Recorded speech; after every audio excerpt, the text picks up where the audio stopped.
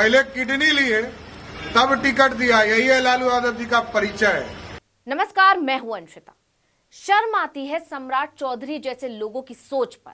मतलब राजनीति में कोई इतना कैसे गिर सकता है, क्योंकि इससे ज्यादा बेहूदी बात और कुछ हो ही नहीं सकती कि लालू यादव ने बेटी को किडनी के बदले टिकट दिया है।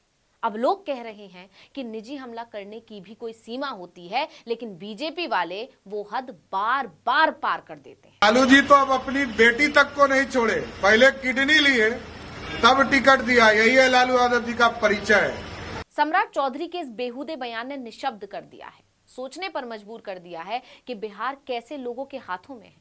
जरा सोचिए, कितना अनमोल होता है माँ बाप और बच्चों का रिश्ता। एक दूसरे के लिए जान भी हाजिर कर सकते हैं, लेकिन सम्राट चौधरी ने अपने इस बेहूदे बयान से त्याग, समर्पण, प्यार के इस रिश्ते को राजनीति के तराजू में तोलने की कोशिश की है। आप जानते ही हैं कि सम्राट चौधरी बिहार के उप मुख्यमंत्री हैं, इसलिए सबसे ज्यादा हैरानी तो इस बात की है कि एक संवैधानिक पद पर बैठा व्यक्ति ऐसी बात कैसे कर सकता है। यह बयान लालू और उनके परिवार पर कीचड़ उछालने वाला तो है ही, साथ ही देश के अंगदान कानून पर भी सवाल उठाने वाला है। मतलब कहा जा सकता है कि बिहार के उप मुख्यमंत्री ने देश के अंगदान कानून की भी तौहीन की है। और लालू जी तो अब अपनी बेटी तक को नहीं छोड़े, पहले किडनी लिए तब टिकट दिया। यही है लालू यादव जी का परिचय। जो व्यक्ति अपने बेटी तक को नहीं छोड़ता हो, उसी का नाम है लालू प्रसाद। सम्राट चौधरी के इस बयान ने एक बेटी की अपने पिता के लिए जो भावना है उसे तो ठेस पहुंचाई ही, साथ ही इंसानियत को भी शर्मसार कर दिया है। इसके अलावा सबसे ज्यादा चर्चा इस बात की हो रही है कि बीजेपी ने कैसे लोगों को पार्टी में शामिल कर रखा है। सिर्फ शामिल ही नहीं किया है, बल्कि राज्य का उप मुख्यमंत्री भी बना दिया है। ऐसे लोग जिन्हें कानून की भी जानकारी नहीं है, जो अनर्गल कुछ भी बोलते रहते हैं, बिना सिर पैर की बातें करते हैं। लोग तो ये भी तंज कस रहे हैं कि बीजेपी बिना पढ़े लिखे लोगों को इतने ऊंचे पदों पर कैसे बैठा सकती है। दरअसल सम्राट चौधरी की इतनी आलोचना की वजह है देश का अंगदान कानून। आपको बता दें कि ऑर्गन डोनेशन दो तरह के होते हैं। पहला लिविंग ऑर्गन डोनेशन, यानी वो अंगदान जो जीवित रहते हुए किया जाता है। वहीं दूसरा डिजीज्ड ऑर्गन डोनेशन, जो मरने के बाद दान किया जाता है। इन दोनों डोनेशन की प्रक्रियाएं भी अलग अलग होती हैं। जीवित व्यक्ति अपनी किडनी और लीवर का कुछ हिस्सा दान कर सकते हैं, जबकि हार्ट, लीवर, किडनी, पैंक्रियाज और आंखों का कार्निया मरने के बाद ही दान किए जाते हैं।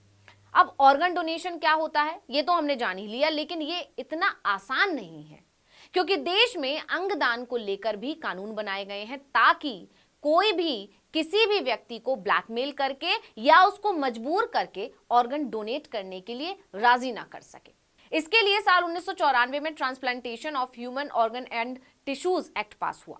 यह कानून जीवन बचाने के लिए मानव अंगों के सर्जिकल रिमूवर, ट्रांसप्लांटेशन और उसके रखरखाव के नियमों को सुनिश्चित करता है। आपको बता दें कि इसमें भी लिविंग ऑर्गन डोनेशन और डिजीज्ड ऑर्गन डोनेशन के अलग अलग प्रावधान हैं। इस कानून के मुताबिक लिविंग ऑर्गन डोनेशन करने के लिए रिसीवर और डोनर दोनों के बीच ब्लड रिलेशन या कोई करीबी पारिवारिक संबंध होना जरूरी होता है। ऐसा इसलिए किया जाता है ताकि अंगों के खरीद फरोख्त पर शिकंजा कसा जा सके। वहीं इस कानून के तहत डिजीज्ड ऑर्गन डोनेशन में डोनर का ब्रेन स्टेम डेड होना उसके मरने का प्रमाण है। इसके बाद ही परिवार से बिना किसी दबाव के सहमति ली जाती है और सहमति मिलने पर ही डोनर और रिसीवर की जांच करके अंग और टिश्यूज डोनेट और ट्रांसप्लांट किए जा सकते हैं। कानून से जुड़ी रेगुलेटरी और एडवाइजरी बॉडी इस पूरे प्रक्रिया की निगरानी भी करती है। अब क्योंकि लालू को किडनी की जरूरत थी, लंबे समय से तलाश चल रही थी, लेकिन कोई डोनर नहीं मिल रहा था जिसने डिजीज्ड ऑर्गन डोनेशन किया हो, और लालू यादव की हालत दिन पर दिन गंभीर होती जा रही थी। इसलिए जब कोई रास्ता नहीं बचा, तब जाकर लिविंग ऑर्गन डोनेशन का रास्ता चुना गया।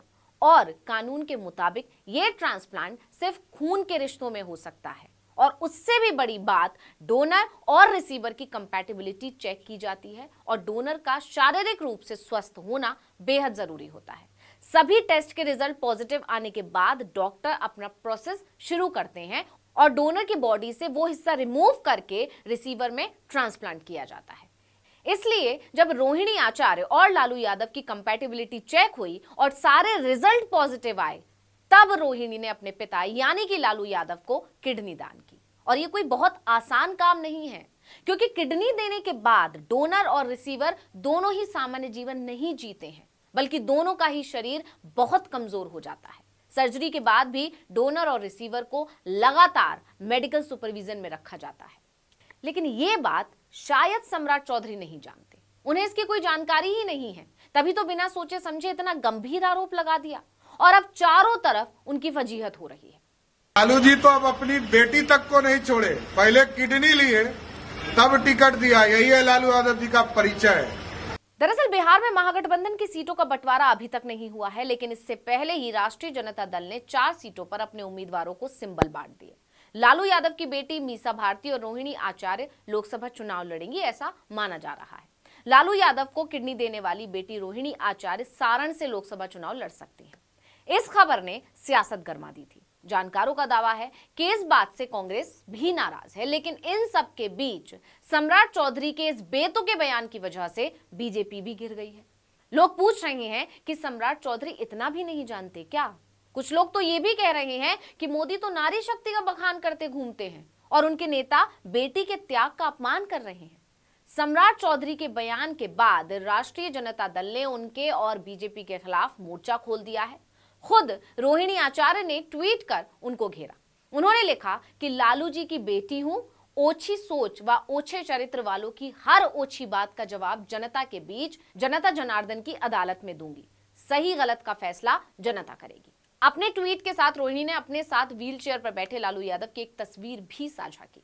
इसके अलावा पार्टी के तमाम नेता अब वीडियो साझा करके बीजेपी और सम्राट चौधरी को खरी खोटी सुना रहे हैं। और लालू जी तो अब अपनी बेटी तक को नहीं छोड़े, पहले किडनी लिए तब टिकट दिया, यही है लालू यादव जी का परिचय।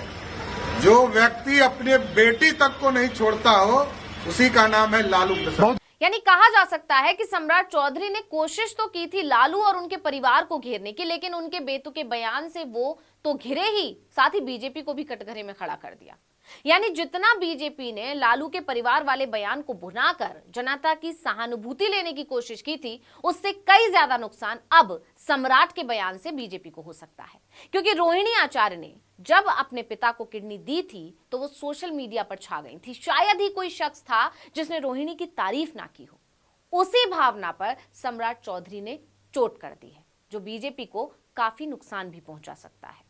तो इस वीडियो में इतना ही। आपसे अनुरोध है, YouTube पर हमारे चैनल आर्टिकल 19 इंडिया को सब्सक्राइब कीजिए, WhatsApp पर फॉलो कीजिए। हमें बताइए आपको हमारा ये वीडियो कैसा लगा। आने वाले दिनों में हम और किन मुद्दों पर वीडियो बनाएं ये भी जरूर बताइए। ट्विटर हैंडल है आर्टिकल 19 _ इंडिया, इसे भी फॉलो कर लीजिए। नमस्कार।